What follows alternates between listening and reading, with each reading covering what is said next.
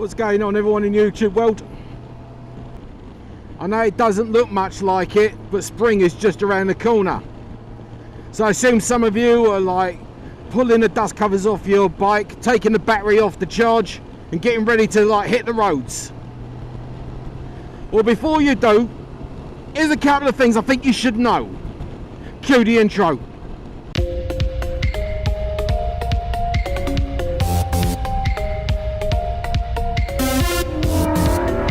Down in the southern part of the country, you know, you don't see much like snow or like bad inclement weather to like keep you off the roads.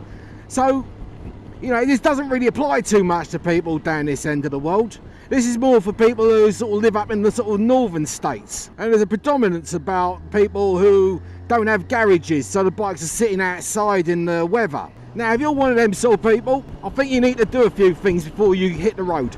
Check your tyres, make sure they're not rotted out. Make sure they've got plenty of air in them. Check anything that's got cables like clutches, throttles and all that. Make sure that like they're not got rusty. If your bike's been laid up for like months on end, check and make sure that all the lubricated parts are lubricated. Fire up your engine. It might take a few tries.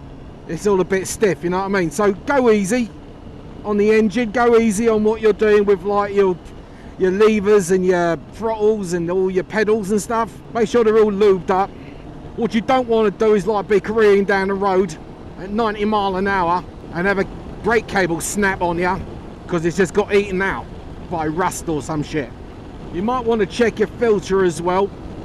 Make sure your filter's clean. The advice I would give, and I'm thinking about doing this, is like clean out your filter at least once a year.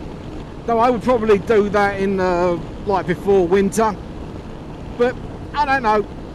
The reason I'm saying that is because down this part of the world, like when it starts getting towards spring, that's when you see a whole ton of pollen, and I do mean the place is thick with pollen. Gets everywhere. My Harley Davidson straight bob had a whole load of pollen and gunk and crap blocking up the idle air jets, or the air intake jets, whatever they were.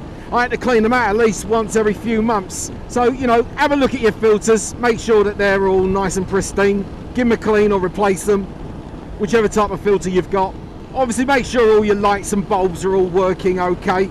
Like I said, like, you know, 20 minutes of like running around your bike before you take off anywhere might save you hours of like labour and aggravation and dollars upon dollars of cost when it comes to like, you know, making sure that your bike is roadworthy. Yeah, we're getting ready for a flood. Anyway, when you do hit the road, be careful. There's still going to be some salt and like clean up stuff and some chemicals on the road. You know, after springtime, give your bike a good clean. Make sure you don't have any of that crap on there. And that's all common sense, but I'm only just saying it because it's worth saying. Now, here's a couple of other things you want to be careful about. Be careful when you hit the roads. Don't go tearing off. Don't do all your normal stunts and like messing about. Get used to being back on the bike for a few days. Whether you like it or not, it's just a fact. If you're away from riding for any significant amount of time, you lose experience points. You do. You can argue with it all you want. I just know that's a fact. You know, we take into consideration that people who haven't touched a motorcycle in 20, 30 years time are more likely to kill themselves when they do eventually have a midlife crisis and get themselves a new motorcycle. So, you know, do be careful for a few days. Watch out for traffic really carefully, and I do mean watch out for traffic. Make sure they can see you, make sure that you can be seen, make sure you've got all your lights on, make sure you've got all the visible gear on, because it's not just you and your experience. Don't forget, all these drivers out here, they haven't seen a motorcycle in 6 months, or wherever you are in the world. They ain't seen a bike on the road for a long extended period of time. So in all likelihood, they're not going to remember what to do when they do see one. So they'll probably tailgate you, they'll probably pull out in front of you, they'll probably like swap lanes in front of you without indicating. So do be careful, stay away from the backside of the vehicles like the quarterback. Even if you think they can see you in their mirrors, stay the bloody hell away from it. Clusters of traffic, stay away from clusters of traffic as well. Don't risk it until you know for a fact they're all used to it. You know, car drivers or like any kind of vehicle drivers, it's not likely that they're going to be aware. So like I said, do take it easy. do understand that like the combination of your lack of experience points and their lack of like remembering what happens when motorcycles are on the road over a period of time increases the danger. And trust me, that is one bollockake you don't want to have, because you'll come off worse. Now, depending on where you are in the world, it might be warm and sunny, but there still might be some bits of ice on the road, or black ice.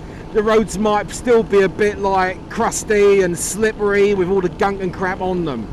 So do be careful. Now, I got the inspiration to do this video from a commenter on one of my previous videos when I was mentioning about like the 10 bollockakes that I get, and he said, yeah, there's a whole series of things that, you know, drivers do not purposefully want to hit you.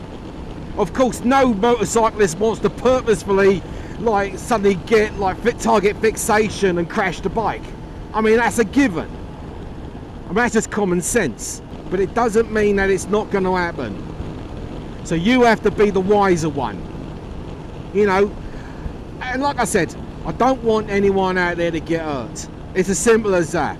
So if I'm labouring the point, if I'm having a go when you're thinking to yourself, Cockney, shut the bloody hell up. No, I'm just saying, for the sake of the people who don't know these sort of things, do be careful. I don't want to hear statistics. Motorcycle accidents rates were up this year, or no, was it? Yeah, there was a study that said they're up a little bit. I want to prevent that from happening.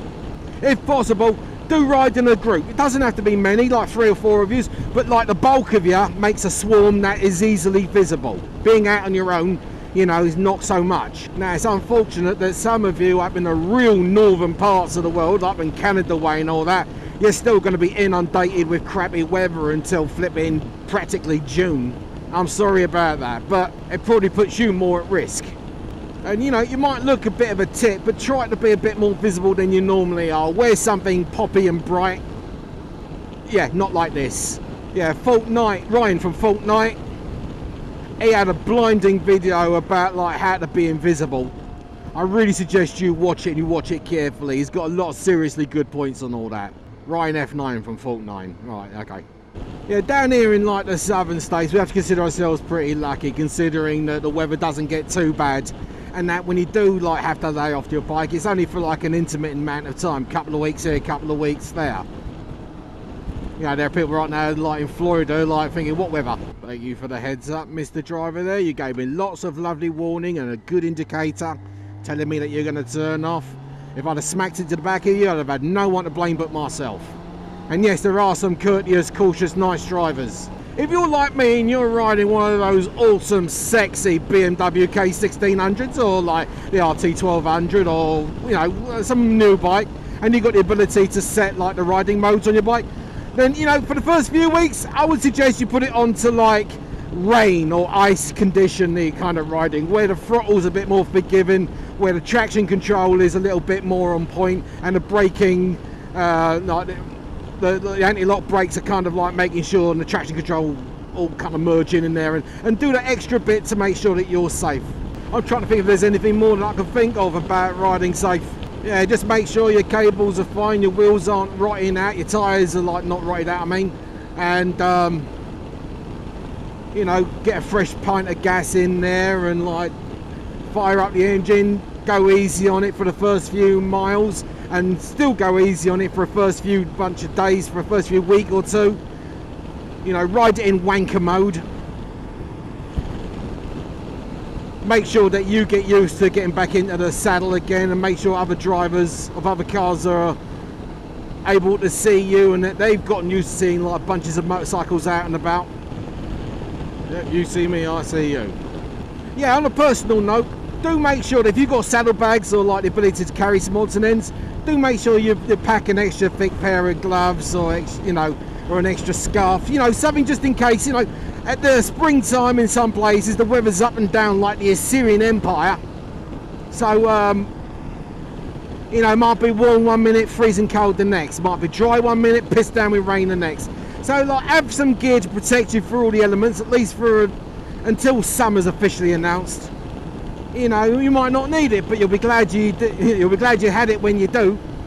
Yeah, there's definitely a lot of water on the side of these roads down here. There's definitely going to be a flood warning coming sometime. That's another thing to look out for, like when it gets to be spring, especially you lot in the middle states. you know, storms and tornadoes pop up like that, keep half an eye on the weather channel before you go for a ride. Make sure there's a contingency plan to get to safety if something does happen. Last thing you want to do is get sucked up by an F5 tornado and spat out somewhere in Oklahoma. There's no clicking your heels 3 times and coming back from that bollock. Yeah, like I said, do like refresh your memory, refresh your training about the things that you need to be careful about defensive riding. You know, if you've got any like books or literature, or like you want to like go through some YouTube channels about keeping it safe, there's a lot of people out there who've got some fantastic advice about being safe on the roads. Now you might know it all, you might not, but it doesn't hurt just to like go over it again, make yourselves aware of what's going on. You know, even if you're away from riding for like a month, you still lost experience points. It won't be many. It won't be like you've been away from it for like 20 years and then it's suddenly getting back on the horse. But you know, you lose the edge, that sharpness, that foreknowledge of what's going on, that laser focus on any possible accidents or things that might go wrong. You've lost a bit of that. I'm harping on. So anyway, like I said, that's pretty much all I can think of right now. Appreciate you being with me today. If you like this video, give me the thumbs up. If you're new to this channel, hit the subscribe button. It's just down there, and there's some more videos somewhere hovering around here somewhere. Well, I don't know where, anywhere. In the meantime, you all take care of yourselves. You mind how you go, you ride safe, and laters.